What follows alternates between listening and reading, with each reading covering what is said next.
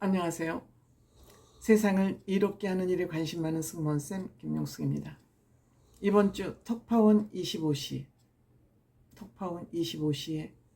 볼만한 장면이 있었다면 이찬원 씨와 전현무 씨의 퀴즈 대결, 톡파원 퀴즈 대결 아닌가 생각합니다.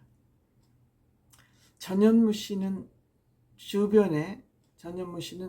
외동아들입니다. 그래서 전현무 씨는 좀 자기중심적이라는 그러한 평가를 방송국으로부터 받고 있는 것 같습니다. 그러다 보니까 자기가 관심이 가는 분야, 자기가 관심이 가는 사람이 아니면 크게 관심을 쓰지 않는 것 같습니다. 그것을 아마 제작진들도 출연자들도 다 알고 있는 것 같습니다. 그래서 톡파원 25시라는 프로그램을 하면서 전현무 씨가 톡파원 25시에 얼마나 애정과 관심을 가지고 있는지, 방송을 건성으로 하는지, 그냥 출연자들하고 그냥 하면서 노닥거리고 시시닥거리면서 하는 건 아닌가 하는 그러한 것을 아마 테스트해 봐야 된다고 제작진도 그렇고 출연자들도 그렇고 아마 생각을 했던 것 같습니다. 그런데 이러한 공격을 받아도 전현무 씨는 전혀 신경 쓰지 않아요. 개의치 않아요. 그냥 나는 이런 사람이니까 그냥 그런 거 좋아. 그런 평가받는 거 좋아. 중요하죠. 자신감이고 자존감이죠.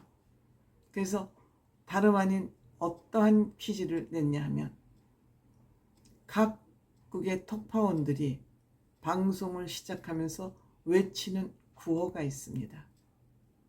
그 외치는 구호를 사람마다 각 나라마다 누가 외쳤냐고 무슨 말을 외쳤냐고 하는데 역시 찬원 씨가 방송에 정성을 기울이니까 애정을 가지고 하니까 이겼어요. 그리고 지난주에 이 톡파원에 나왔던 톡파원들 이름하고 국가가 뭐냐 바로 지난주 녹화였어요. 근데 이제 톡파원 25시를 원래 일주일마다 녹화를 하다가 이번에는 아마 2주에 한 번씩 녹화, 스케줄이 워낙 바쁘니까 2주에 한 편을 뜨지 않으면은 겹치기 출연을 하는 사람들이 많기 때문에 굉장히 예능은 힘들어집니다. 왜냐하면 잘 나가는 사람들은 여기저기서 그냥 찢어서 데려가려고 그러니까 아마 2주 지난 일이기 때문에 이것을 전현무 씨는 못 맞췄는데 이찬원 씨, 찬또위키 이찬원 씨는 나라하고 그 뉴톡파원으로 조인한 사람까지 이름을 딱 알아내잖아. 역시 AI 이찬원 전현무 씨를 꺾었습니다. 왜 이찬원 씨가 전현무 씨를 이기니까 기분이 좋죠. 나도 이게 생각이 좀 꼬인 사람 아닌가 그런 생각이 듭니다. 이번 주에는 호주 특파원 다윈 투어를 했고요. 다윈이라는 지역 투어를 했고 그 다음에 일본의 독특한 미용실, 파격적인 미용실이 소개가 됐고요. 그 다음에 아르헨티나가 소개가 됐습니다. 물론 뭐 호주에서 그 악어들하고 악어 밥 주고 또 악어와 같이 수영하기 뭐 이런 것들은 젊은 사람들에게는 관심과 호기심이 있을지 모르는데 그냥 저는 저런 관광 투어도 있구나 하는 정도로 봤고요.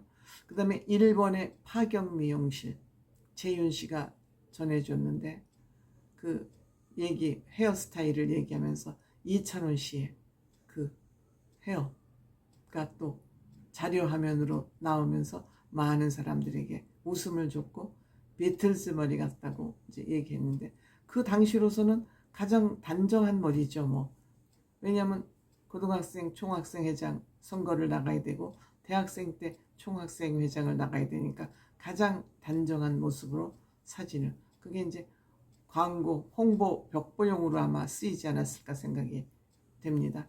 이찬원 씨 지금 머리 헤어스타일 좋아요. 또 그때는 그때대로 좋았고요. 근데 그 하라주쿠에 간 미용실 뭐 뭐 그 해먹에서 미용을 하는 거, 그거는 뭐 왠지 저는 그렇게 뭐 화제거리는 될지언정 그렇게 안락한 미용실은 아니라고 합리적이지 않다. 그리고 하라주쿠 미용실, 일본이 이 하라주쿠라는 곳은 상상을 초월하게 이상한 사람들이 많습니다. 우리나라는 아무리 유행을 앞따라가고 뭐 이상하고 뭐 패셔너블 하다 그래도 그 정도는 아니에요. 근데 일본 하라주쿠 거리를 걷다 보면은 저게 이 세상 사람들이 맞아? 제정신 맞아? 이상한 사람들이 하라주쿠에는 너무 많아. 이상한 젊은이들이. 그거 보면 우리나라는 양반이다. 일본은 또 그냥 점잖고 굉장히 순정적이고 그런 국민들이 대다수인 반면에 이 억압된 사회거든요. 일본은 의외로. 그 억압된 사회이다 보니까 그 억압된 것을 삐집고 나와서 획 돌면은 너무너무 이상하게 돌아버리는 거예요. 원조 교제도 일본에서 온 문화 아니겠습니까?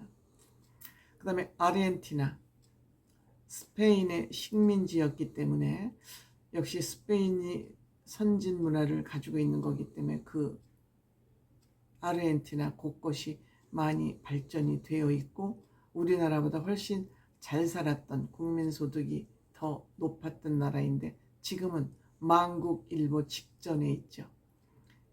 이자가 78%고 빈곤층이 40%가 넘는다 그럽니다. 빈곤층이 인구가 4,700만인데 빈곤층이라는 건 끈이가 간데 없는 것이죠. 국민의 절반 가까이가 빈곤층이라고 합니다. 근데 이 나라는 메시의 조국 아니겠습니까?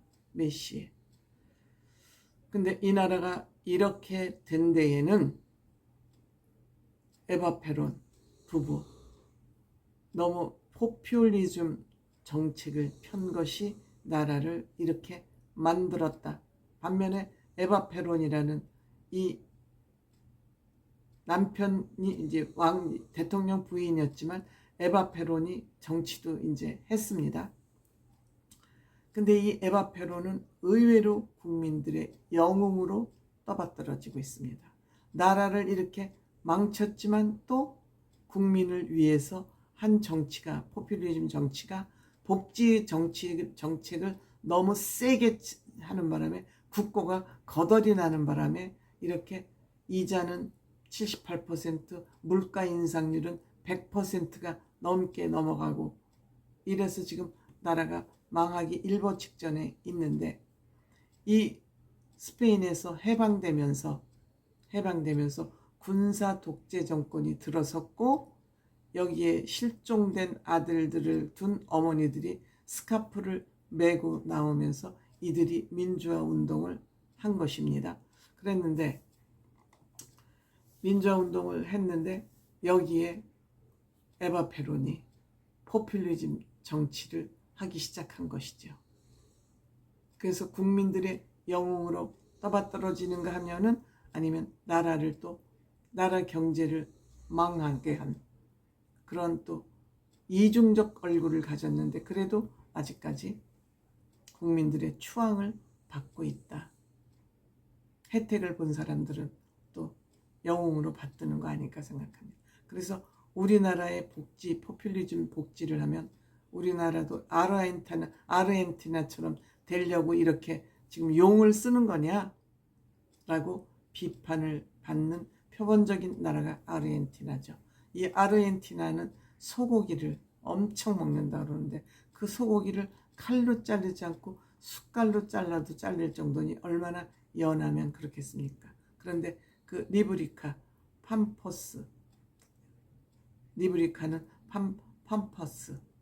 그 들에서 이제 소를 놓아 먹여서 이렇게 이제 고기가 마블링이 좋다 그러는데 메시가 자주 가는 그 식당은 온통 축구 볼과 유니폼으로 온통 장식이 되어 있다고 합니다. 축구 레스토랑이라고 합니다.